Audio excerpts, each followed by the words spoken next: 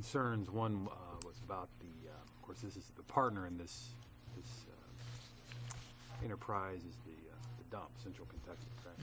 Had a couple of concerns. One was about the hours on dump day, and also concerns about back payment of some of the commercial franchise fees. Both of those concerns have been taken care of. Yes, they have. I'll be glad to make the motion on this order since those have been taken care of. Second.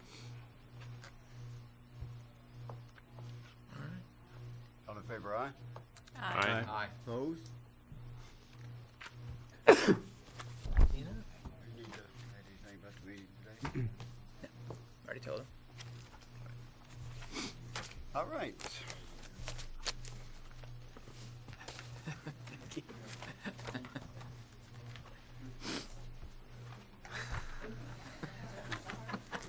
bet he bills for the full hour. No, you're next up. I bet John Cooper bills for the full hour. They go what they, Wendy. I was just going to introduce Jerry Hensley from Ray Foley, Hensley and Company. He's going to present our fiscal year 2013 audit. Welcome. Glad to be here. How are you? Give us the good news. Well, I'm not sure. It's news. It's numbers. I know you're all very interested. You don't have any bad news, though. do No you? bad news.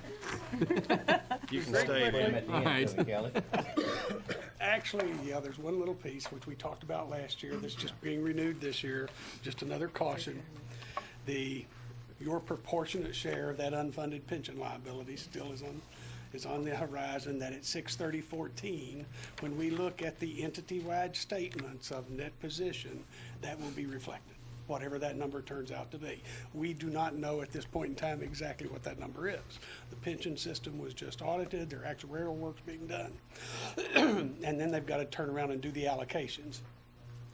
There is a proposal from the Government Finance Officers Association asking that be postponed for some period of time. Now, whether that gets any traction or not, we'll have to see. But it's been asked that we get a postponement on giving us as auditors the ability to audit those numbers, to say that that really is your share, or having some auditor look at it enough that we could get Reliance to be able to give you an opinion on your financial statements that includes that number, because we're talking about 3 steps down.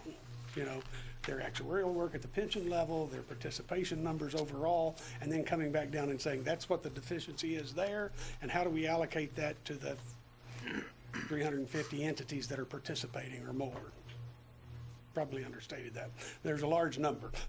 All the cities, all the counties, all the agencies, all the entities that participate, we got to take that $1 billion and divvy it up. And so we need to know the estimate for Georgetown in 2011 was $22 million. I don't know what it'll be. So, but $22 million, if you look on the page that is our statement of net position on page 9, it reflects a total net position of the city of $158 million as of 6/30/13, compared to $153 million at 6/30/12. But in looking at that number, $146 million of that 158 is invested in capital assets. So that number won't decrease. Your restricted dollars won't decrease either, because they're set asides for debt payment, depreciation reserves, grant restrictions, this, that, or another. The $6,546,000 of net position for the city, citywide, because this is going to be split between the utility system and the city as well. Okay, so that's where that 20, 18, 19, 20, 21, whatever that number turns out to be, is going to be reflective there. So that will go from 6 million positive to some huge number negative. That's what you need to understand. We don't know what that number will be. It's still out there, but it's big. Now, I had this discussion with the city council not too long ago, is keep in mind, you don't have to retire that debt in one fell swoop. You don't have to go out and borrow money to pay it. You're going to pay that obligation in increased contribution on your employee earnings for all the participating employees every year going forward into the future. So if today, for instance, hazardous duty contribution on the city's behalf is around 30%, you may see a number of 40% or 45% going forward. You may see a number on non-hazardous duty, which is now in the mid-teens, may have to be in the mid-20s. But that's how you're going to amortize that debt over the future. And when did you say that would start? In 2014, the year will be finishing up in 3 months. So is that, so next year when we're doing, as we're starting the process of thinking about the budget, so we add that number into? Well, you've been given numbers for what you need to contribute for 14 and 15. I think 15's already out, isn't it? We're in 14, and I think numbers have already been stated, so they haven't increased them a great deal, Okay, which doesn't make any that sense. doesn't make any sense, yeah. But at the same time, and this is really not about this financial statement at all, but it is about your financial well-being, so it is pertinent in that regard. You will, with these new numbers when they arrive, will take into consideration the change in the economic workplace, the environment of future earnings, and it'll also reflect the adjustments in the accrued actuarial liability for all the retiring employees. And what we have here is a set of circumstances where contributions did not meet what they needed to for some period of time, but also the fact that we have ever how many baby boomers are retiring, one right after another. You just proclaimed one tonight. But that huge volume of people who are retiring are a drain on those assets. And those, as they become fixed, so as it becomes known that I retire, for instance, in 2 years, and that liability is well known then at that point in time, as opposed to somebody that's just starting in the system. They're making these actuarial analyses of what that obligation is and matching that obligation with the contributions and the asset earnings, and then trying to say what needs to be contributed each year going forward. So it's a tough one, but you will see increases. It'll have to happen. The spread's too great. Can I ask a quick question? Were some of those funds, was money pulled from some of those funds at the state level that reduced the balances, causing this to increase? Because weren't there some funds that money was pulled from? The CERS, if you look at the 10-year, the retirement system just published their comprehensive annual report, and it gives you a 10-year comparison of contributions. That's made up of KERS, CERS, and the state police pension. Those are the pieces that are in this particular puzzle. Yeah. At the state level, what they didn't do was make a full contribution of the required contribution for a number of years. At CERS, you all have always contributed what the system told you needed to contribute. That's never failed. And you've made 100% contribution of that which was required on an annual basis. Okay? So the answer is the effects on the investment pool of the marketplace, which we've seen a couple of downturns, but up until 2004, that was a positive number. It was break even to positive. It was real positive before that.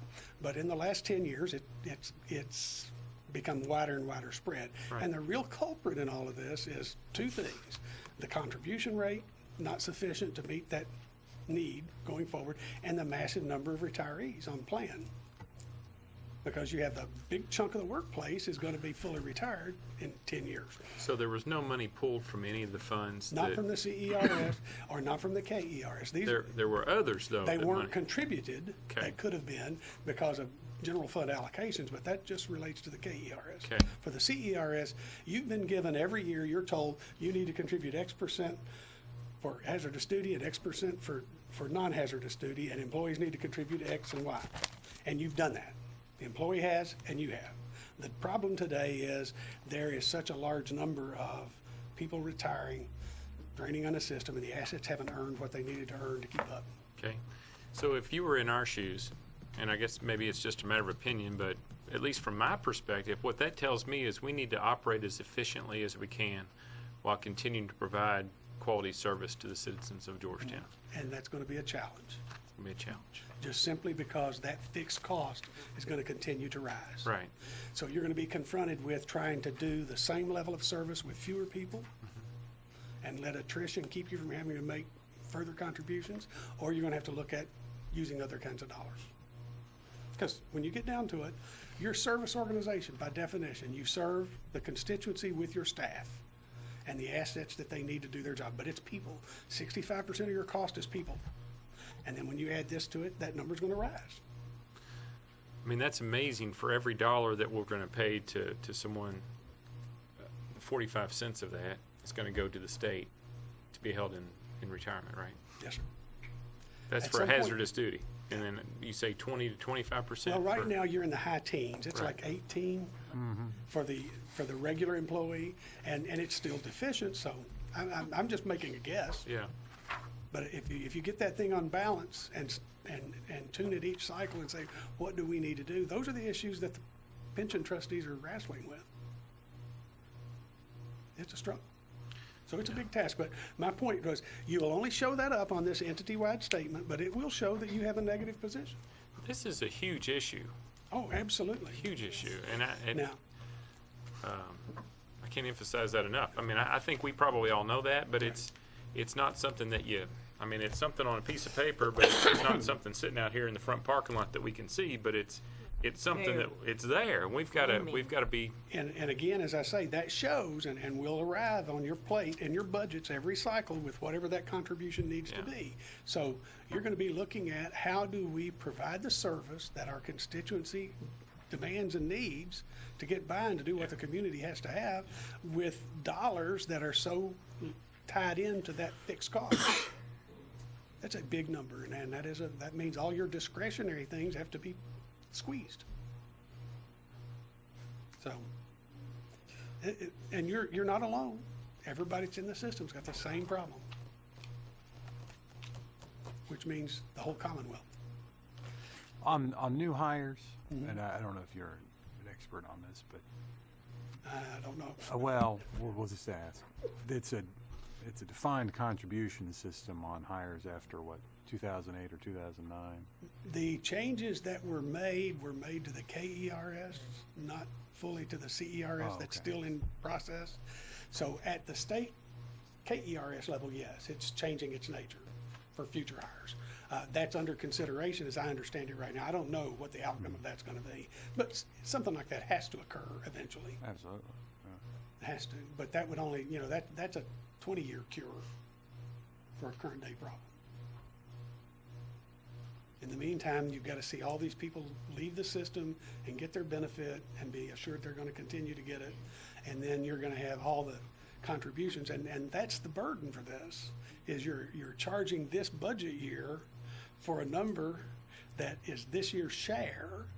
And if it's not equal to or greater than the amount that it should be to amortize that debt in some rational manner, whether it's over a 10-year period or a 15-year, whatever period of time they're going to do, because it's like any other obligation. You can't pay it in one fell swoop, obviously. You're going to try to do it over time. So the question is how long you do it, by stretching out the timeline or amping up the payments, one or the other. Tough stuff, tough circumstance. Back to your financials, we give you a clean opinion. Your financial statements are fairly presented in accordance with generally accepted accounting principles. Our audit was done in accordance with all the appropriate auditing standards. We have an auditor's report that's pages 7 and 8, and then we have a final report in the back, which is a report required by government auditing standards that says your internal control over financial reporting is in good order and your compliance with laws and regulations is in good order.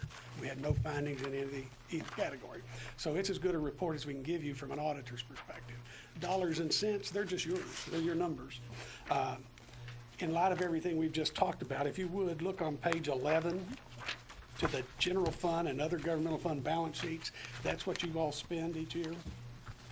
The business type stuff is commingled with the municipal water and sewer stuff and the proprietary, but for the governmental funds, you've got unassigned general fund balance of $7.9 million, which isn't too bad considering where you are. There's a budgetary comparison page back in the back that shows how you match to get your actual operations to budget for the governmental funds. But page 13 is the summary of income and outflow, and you can see that you had $21 million in governmental revenues compared to $19 million the year before, so that's very positive in that regard. Your expenses were $19,314,000 compared to $18,718,000 the year before, so you had an excess revenues over expenditures of $1,726,000. So it's a pretty good year in all regards. So overall fund balance went up from 6.9 to 9.7. That's the dollars that you can appropriate in future periods to support some of these costs, okay? And, Unrestricted? pardon? Fund balance is unrestricted. Fund balance is $9.7 million, everything combined, all of the governmental funds together. Some of those other governmental funds you have to use for specific things. The general fund portion of that is 8.3. 8.3. Yeah. All right. Budgetary wise, in comparison, is a required supplemental schedule, and it showed, it's back on page 35. You had budgeted $17,999,000. You actually had $20,306,000, so it was $2.3 million favorable. You had $17,860,000 planned for expenditure. You only spent $17,192,000, so you were $667,000 to the good. So your excess, you had expected it to be $139,000. It was $3,113,000. So kudos, job well done in relation to the budget. So that's the highlights. I skipped over that ugly note that says 22 million in it. But there's a lot of notes to the financial statements. Since we started with that, we just won't end with it, okay? I'd be happy to entertain any questions you have on any other matter. I get to stand and talk, but Heather Cochran actually runs this job. And she just says, you talk. But any comments about the quality of the work have to be attributed to her, not to me. But any other questions? If not, we appreciate the opportunity to be of service. You're in good hands. We appreciate all the work they do and help us get to where we are. Maybe we can get this clock sped up a little bit quicker next time. What do you think? All right. Certainly appreciate those comments. Thank you. Absolutely. And if you don't have any questions, I'm going to dinner. Thank you so much. Thank you. Here. It's good.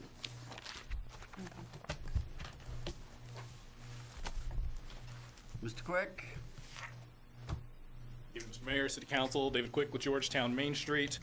And I am going to go ahead and incorporate my monthly report into what I'm on the agenda for because it seemed rather pointless to bounce up and back 2 times. So we'll lead off with that. We are working on planning for our design audit. That's going to be an annual event that we conduct in downtown on April 22nd from 4 to 6. I'd like to invite any of the interested council members to attend. We're going to just take a look at our downtown in general, see areas where we could look for improvement, identify our success points and also our improved points. And as I said, this is something we'll do annually from now on, and we're already coordinating with tourism on this as well, just in the general interest of looking at our downtown and how we can make it even more attractive than it already is. Ms. Stinglesame, your name came up a couple of times as possibly contributing to that. So. Yes, absolutely. Okay. What's the date? April the 22nd. It's a Tuesday from 4 to 6. We'll be meeting at Planning and Zoning. Tuesday. Also, we are hard at work on the deep rededication of City Hall. I'm coordinating with Arlene Wilson and the Mayor's office on that. Everything is going forward well so far, so we will knock on wood and look forward to that event. It's a great way to bring some extra recognition to the beautiful structure we're currently in and its long history, as well as some more recent efforts to improve it. Also, we just got in a TV that we are going to put out at the rest area on 75 as folks are coming down from the south. I got an interesting knowledge point when I went up there to scope out the area for where to put it, which is that coming down to Georgetown, there is no exit 125. And so I got to drive all the way down to Ironworks and circle back. But we did find a place out there at the rest area that doesn't interfere with any of the art displays or anything else. We're going to put up a slideshow on that. It's a smart TV so that it can show pictures of our downtown and some of the surrounding attractions. Just a way to add some extra value to our members and to the community.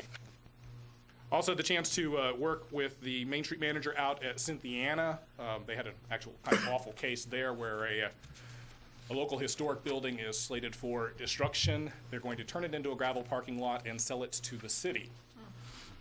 So I was trying to coordinate with her to try to fight that, but the contract did go through. And on that note, I would like to thank our city, the council, and the mayor for being so supportive of our historic downtown that we don't have to worry about that kind of nightmare happening here, because probably the worst thing that can happen to a historic building is to turn it into a parking lot. All right. I also met with a couple of retailers from Danville. They wanted to discuss, they're going to do some reworking from the transportation side of things on their main street. They have 4 lanes right now. They're looking to reduce to 3 lanes, and they're also looking at possibly implementing some bike lanes. So I talked to them about how well the center turn lane works for us, but also discussed that bike lanes don't always have to be on Main Street. It turns out that they actually have bike lanes going all the way down 1 block over. It's like, you don't have to force things if you already have an existing route. But also emphasize the need that if you're going to implement that kind of thing, you need to have a network as opposed to bicyclists coming up a sidewalk and then suddenly there's a bike lane, it goes down 3 blocks and then it stops. Because then they're re-entering traffic and they're not sure where to go. It's just not the best decision. Of course, they were wanting to actually stop them completely, but I was looking to give them a more neutral option. I've also been working with Scott County Arts and Cultural Center on our application to become a cultural district. I assisted Jan Atley in filing our intents to apply, and we'll be working on that application through this week and moving forward with it. We're strongly optimistic on that, since it appears that the reasons we were rejected last year were actually quite minor and more administrative than anything else. Also, we're working with them on a garden day in the park, April 26th. That's a Saturday from 10 to 2. There should be a special events form in your packet regarding that.